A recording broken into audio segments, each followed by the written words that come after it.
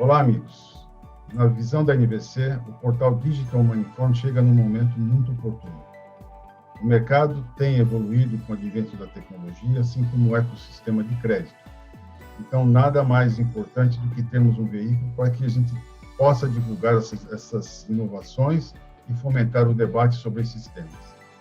No caso do mercado de crédito, foram várias inovações.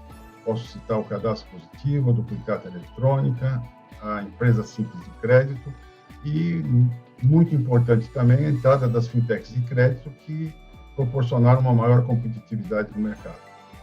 É com muito prazer, então, que eu faço parte do conselho editorial da Digital Money Inform, apoiando e colaborando com conteúdos, fomentando o debate.